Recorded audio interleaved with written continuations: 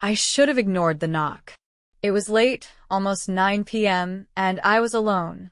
Dan had left just hours ago, rushing out for another 2-week business trip, barely glancing at me as he mumbled, "I'll call you when I land." He always said that. And sometimes he actually did. But the knock at the door, it wasn't him. It couldn't be. For a second, I just stood there, heart pounding. Who even knocks this late? My first instinct was to pretend I wasn't home, but curiosity got the better of me. I took a slow breath and peered through the peephole. Mark, my next-door neighbor. Tall, broad-shouldered, always composed. He'd moved in about 6 months ago, and though we had exchanged polite nods and casual greetings, I didn't really know him. I had noticed him, though. It was hard not to. I hesitated. Opening the door felt like a decision, like stepping into something I wouldn't be able to undo. But I did it anyway. "Hey," he said, flashing that easy, confident smile. "Sorry to bother you this late." I leaned against the doorframe, suddenly too aware of my baggy hoodie and old yoga pants. "It's fine. What's up?" "Your porch light." He gestured above me. "It's flickering. Thought you might want to fix it before it goes out completely." I blinked, looking up at the weak, buzzing glow. It had been like that for weeks. I kept meaning to change the bulb, but Dan was never home, and I had stopped waiting for him to handle things a long time ago. Mark shifted slightly, standing closer now. "I have some spare bulbs in my garage if you want me to swap it out for you." I should have said no. It was just a light bulb. Nothing urgent. Nothing that couldn't wait. But instead, I found myself nodding. That would actually be great. Cool.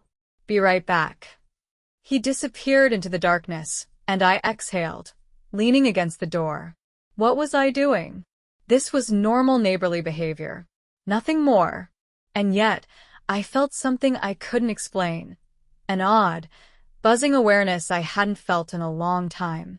A minute later, he was back, screwdriver in hand, moving with that quiet efficiency that made everything seem effortless. I watched as he reached up, easily unscrewing the old bulb and replacing it. "You do this often?" I asked, my voice lighter than I intended. He smirked. "I like fixing things." Something about the way he said it made my stomach tighten. Within moments, the new bulb was in, and the porch was bathed in steady, warm light. Mark turned to me, standing close enough that I caught the faintest trace of his cologne, clean, woodsy, masculine. "There you go. Should last a while," he said. I nodded, forcing a smile. "Thanks, Mark. I owe you one." His eyes lingered on mine for half a second too long. That's what neighbors are for. And then he was gone. I shut the door behind him, locking it out of habit. The house felt quieter than before. Colder even. I stood there for a moment, trying to shake off the strange feeling curling in my stomach. This was nothing. Just a small favor. A normal interaction. Right? I tried to push it out of my mind, distracting myself with dishes, laundry, anything to avoid the weight of my own thoughts. But later, as I climbed into bed, my phone buzzed. A message. "Mark, let me know if you ever need help with anything else. Happy to lend a hand."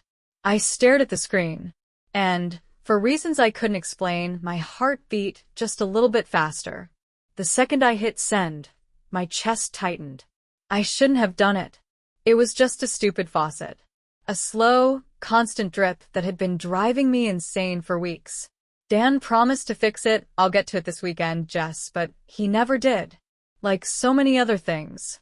And now Mark was on his way. 10 minutes. That was all it took.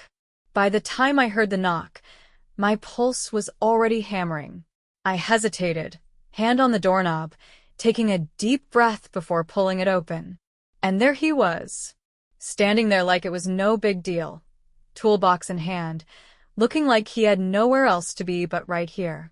I stepped aside, letting him in. The air between us felt different this time, heavier, like something unspoken was pressing against the walls. The dripping faucet filled the silence. Slow. Rhythmic. A reminder. Mark moved without hesitation, rolling up his sleeves, crouching under the sink, focused, efficient. Like he had done this 100 times before. I stood there, arms crossed, trying not to watch him too closely. But I did. His hands, the way his muscles flexed when he turned the wrench, the effortless way he moved, it was impossible to ignore. Minutes stretched longer than they should have. The space between us felt too small, Too charged. I forced myself to look away, to focus on anything else. The countertop, the clock, the damn faucet. When he stood up, it was too sudden. My breath hitched, and I stepped back, gripping the edge of the counter like I needed something to hold on to. The sink was silent.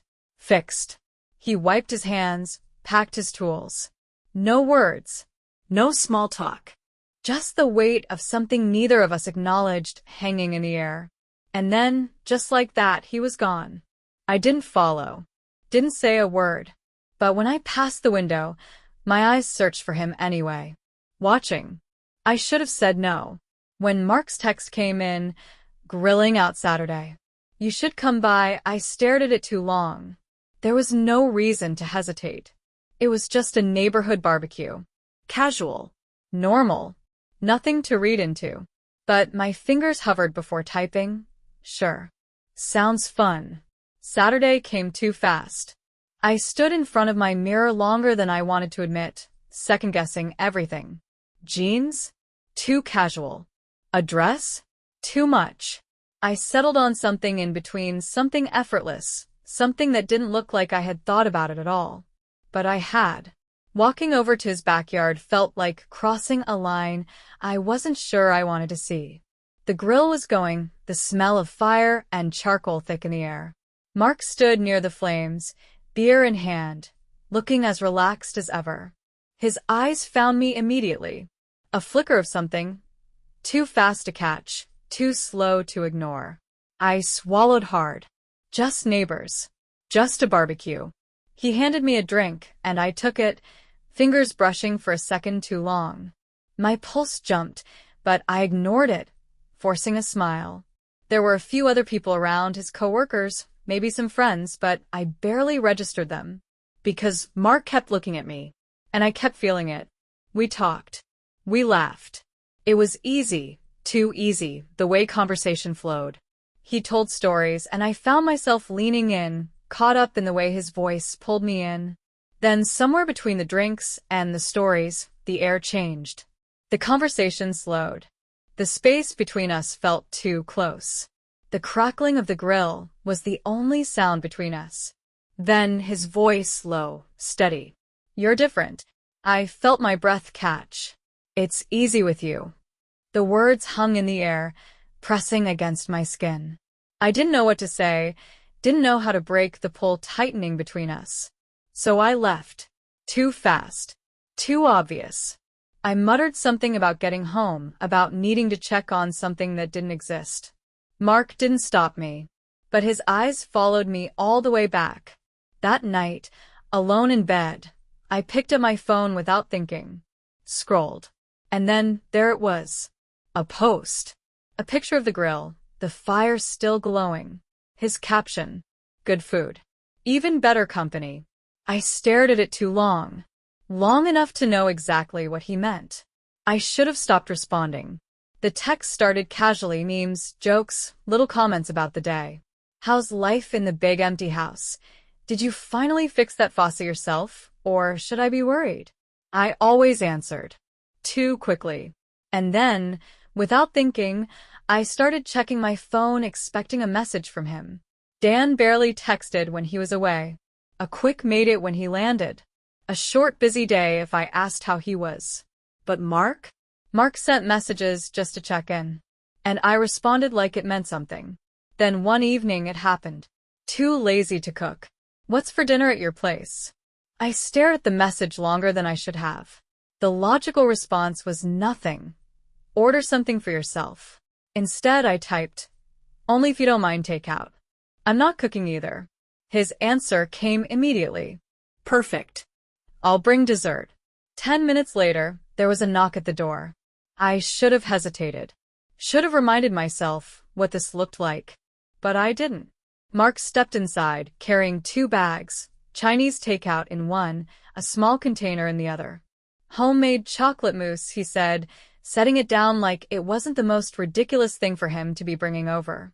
I forced a laugh, trying to play it off like this was nothing. Just dinner. Just neighbors. We ate in the living room, takeout boxes spread across the coffee table. It was easy, comfortable, too familiar. And then the silence came. That shift in the air. Like the room had suddenly gotten too small.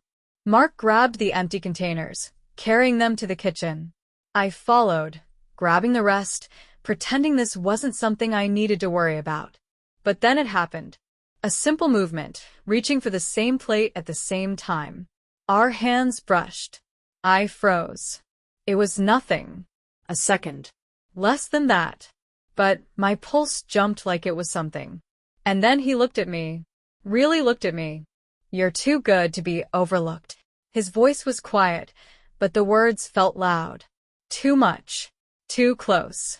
I stepped back, my heart slamming against my ribs. Mark, I started, but I didn't know what I was about to say. He didn't move, didn't say another word. Just let the moment sit there, heavy and dangerous. I forced myself to break it, mumbled something about being tired, something about needing to clean up. He nodded, stepping away, giving me space. And then, just like that, he was gone. But the moment stayed. The power cut out so fast, I barely had time to register it. 1 second, the house was humming with the dull background noise of the TV and the rain outside. The next, complete darkness. The storm had been building for hours, but I hadn't thought much of it until now. Thunder cracked, shaking the windows. I grabbed my phone, letting the screen light up the room. Before I could think about what to do next, there was a knock at the door. My chest tightened. I already knew who it was. I hesitated, pulse hammering as I crossed the dark room. When I opened the door, Mark stood there, rain dripping from his hair, a bottle of wine in one hand. The storm killed my power, he said, voice low. Figured I'd see if yours was out too. It was a flimsy excuse. He could have just checked the street. But he came here. I should have told him to go home. Should have stepped back, kept my distance. Instead, I opened the door wider. Come in, I said. The house was dark except for the soft flicker of candles I had found in a drawer. The glow cast long shadows across the walls, making everything feel more intimate than it should have. Mark set the wine down on the table and ran a hand through his damp hair. His shirt clung to him, wet from the rain, and I forced myself to look away, to act like none of this meant anything. I grabbed 2 glasses. Poured. The silence between us stretched, heavy and charged. The rain pounded against the windows, the flickering candlelight making the space between us seem impossibly small. Then he exhaled, like he'd been holding something in. I know I shouldn't say this, he murmured, staring straight at me. But... He stopped. Thunder rumbled again, vibrating through the house.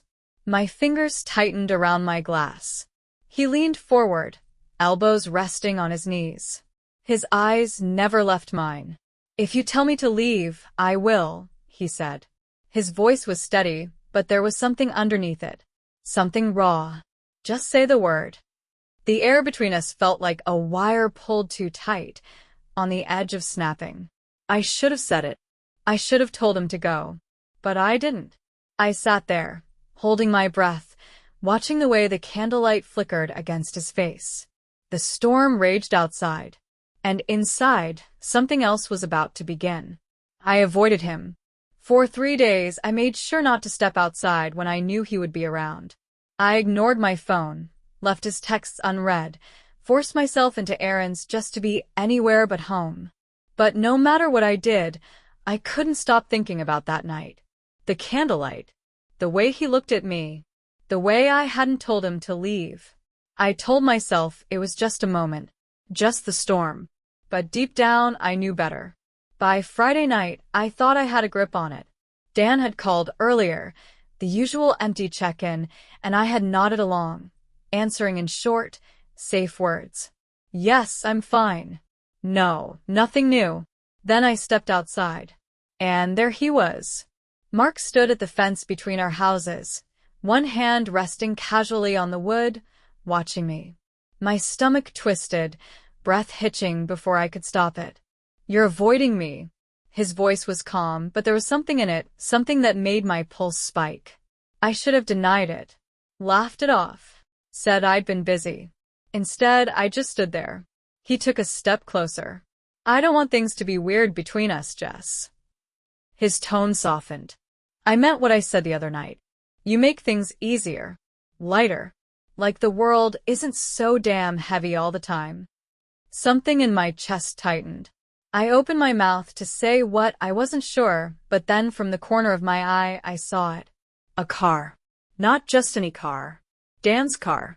My heart slammed into my ribs as the headlights swung into the driveway. My mind barely had time to register it. He wasn't supposed to be home until Sunday, before instinct kicked in. I turned to Mark, panic flashing in my eyes. Go, he whispered, barely breathing.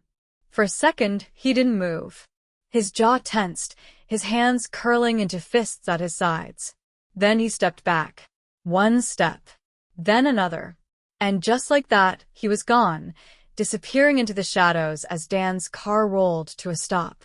The door opened, and I stood there, frozen, trying to slow my racing heart. Dan stepped out, stretching like the long drive had worn him down. He glanced at me, oblivious. Hey, didn't think you'd still be up. I forced a smile, swallowing the lump in my throat. Yeah, I said, voice steady. Neither did I. Inside, I felt the walls closing in.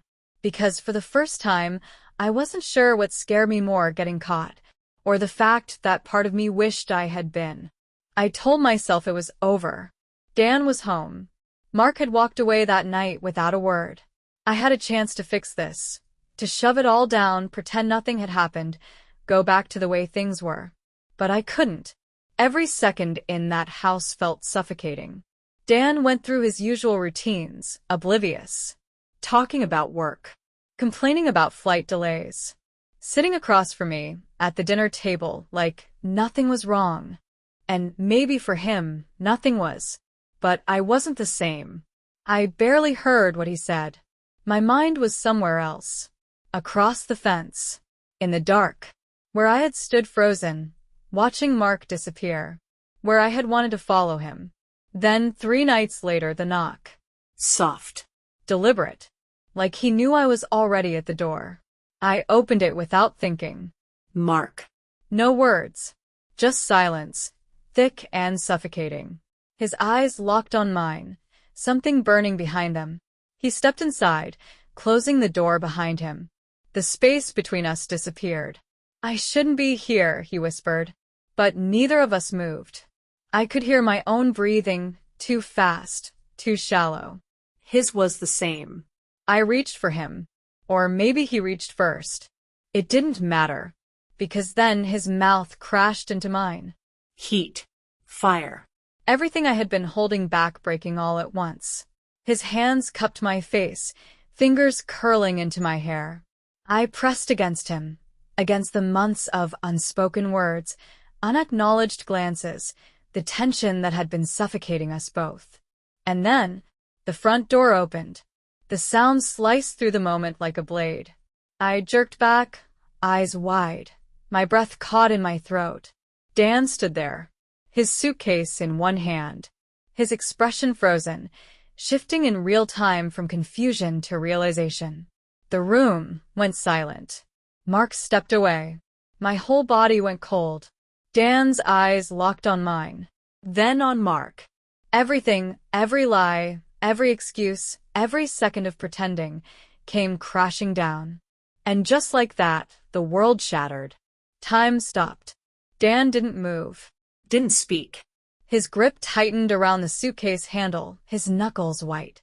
Mark stood rigid, his jaw clenched, his entire body coiled like he was waiting for a blow. And I couldn't breathe. I opened my mouth to say something, anything, But before a single word could come out, another knock. Sharp. Loud. Jarring. All three of us turned toward the door. My heart pounded so hard it felt like it might crack my ribs. Dan was still staring at me, his face unreadable, but something flashed in his eyes. Something dangerous. He dropped his suitcase with a dull thud and stepped forward, yanking the door open. And there she was. A woman. Dripping wet from the rain, her dark hair plastered to her face. Late 20s, maybe early 30s. Brown eyes locked onto Dan with an intensity that made my stomach twist. She wasn't looking for me. She was looking for him. The silence stretched. Then, in a voice that sent ice through my veins, she spoke. Dan? We need to talk. I felt the ground shift beneath me. Mark turned, his expression darkening.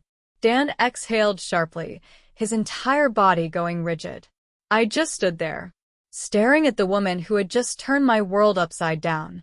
The room felt like it was closing in. Dan stood in the doorway, his whole body stiff.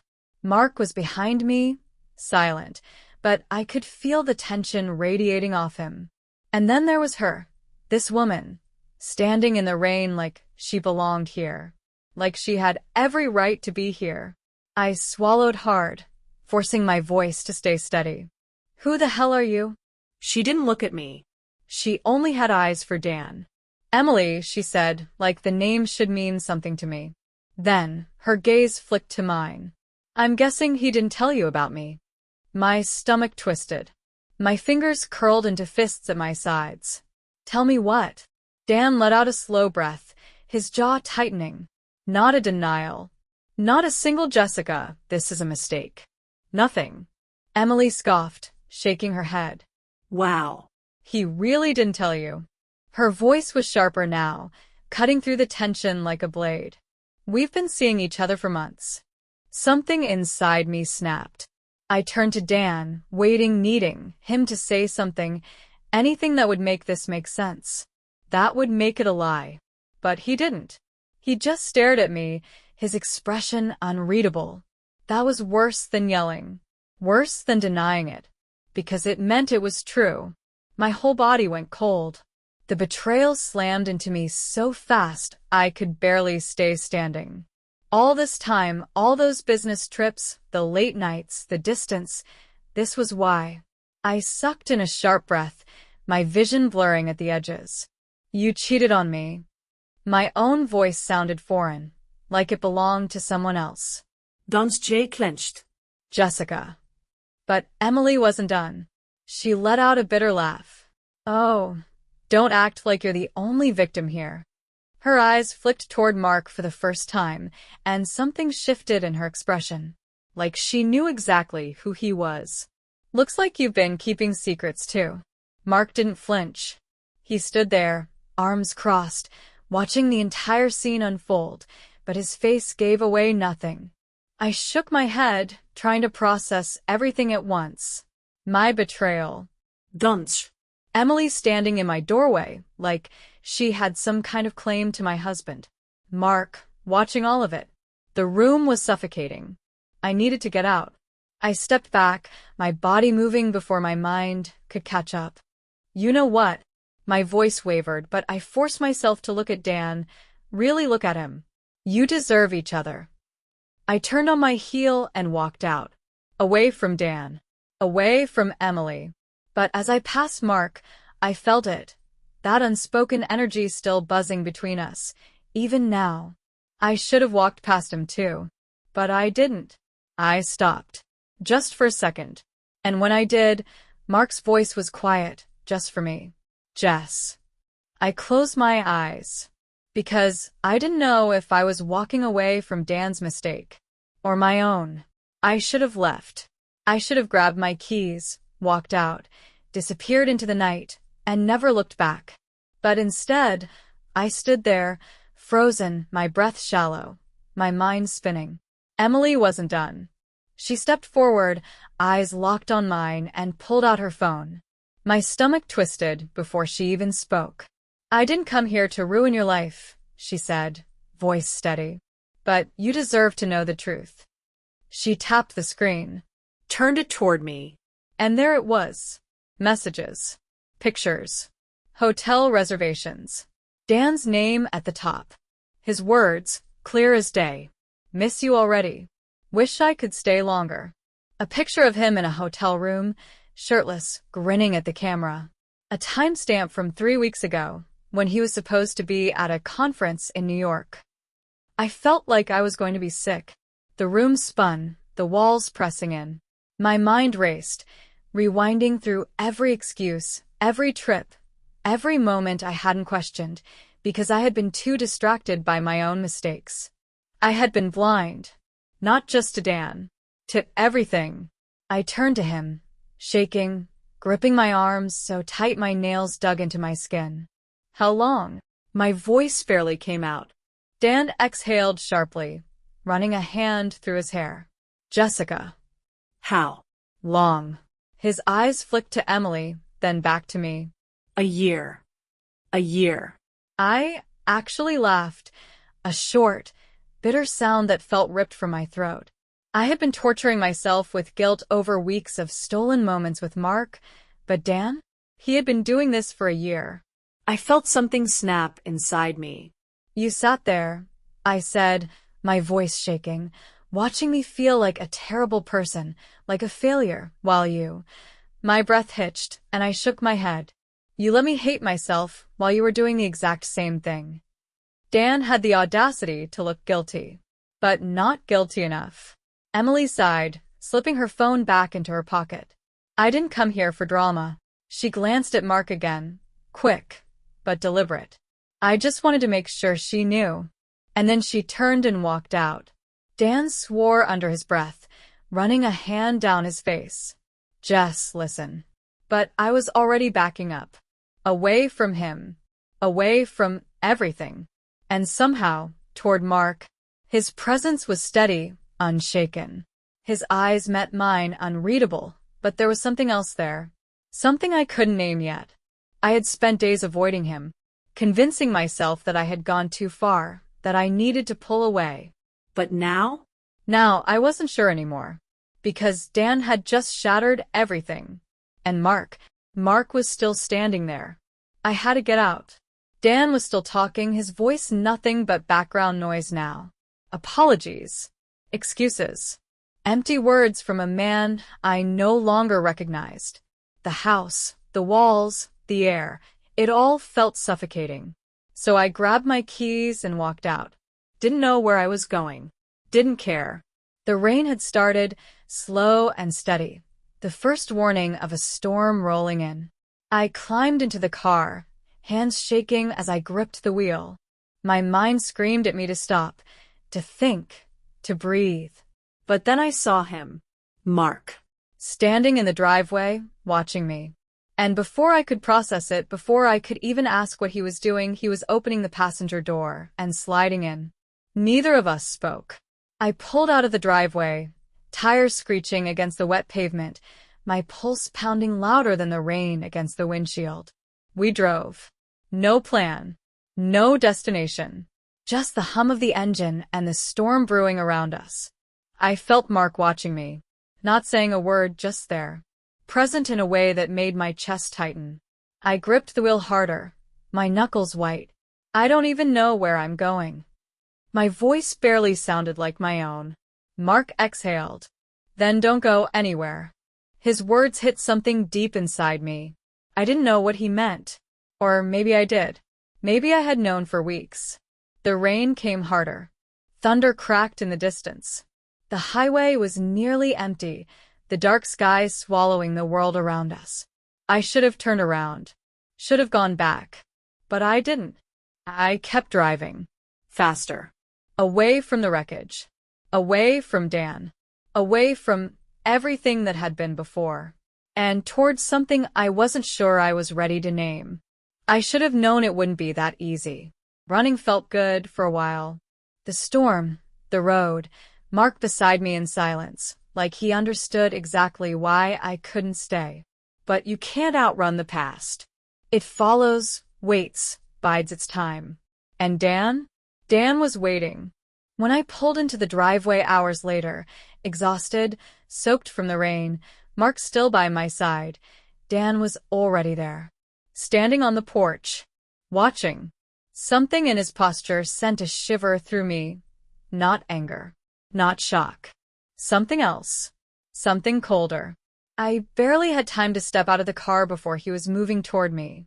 Not shouting. Not demanding. Just there. Controlled. Calculated. You think you can just leave? His voice was low, almost amused. Just run off with him? Mark tensed beside me, his presence solid, but I barely registered it. My pulse pounded in my ears. I forced myself to hold Dan's gaze. I'm done, I said, my voice steadier than I felt. You don't get to stop me. Dan exhaled a slow, bitter laugh. Oh, Jess. His head tilted slightly, eyes darkening. You really think you know everything, don't you? A chill crawled up my spine. Mark stepped closer, but Dan didn't even glance at him. His focus was all on me. Go ahead, Dan continued. Run to him. Pretend like you're the only one who's been wronged. But before you do, maybe you should ask Mark why he really moved here. The air left my lungs. Mark shifted beside me, silent. Too silent. Dan smirked. Go on, Jess. Ask him. I turned. Mark didn't move. Didn't say a word. Because suddenly, it was clear Dan wasn't lying. I had been betrayed. But maybe not just by one man. My stomach dropped. Mark. My voice barely came out. His jaw clenched. The storm inside me was nothing compared to the one waiting in his answer.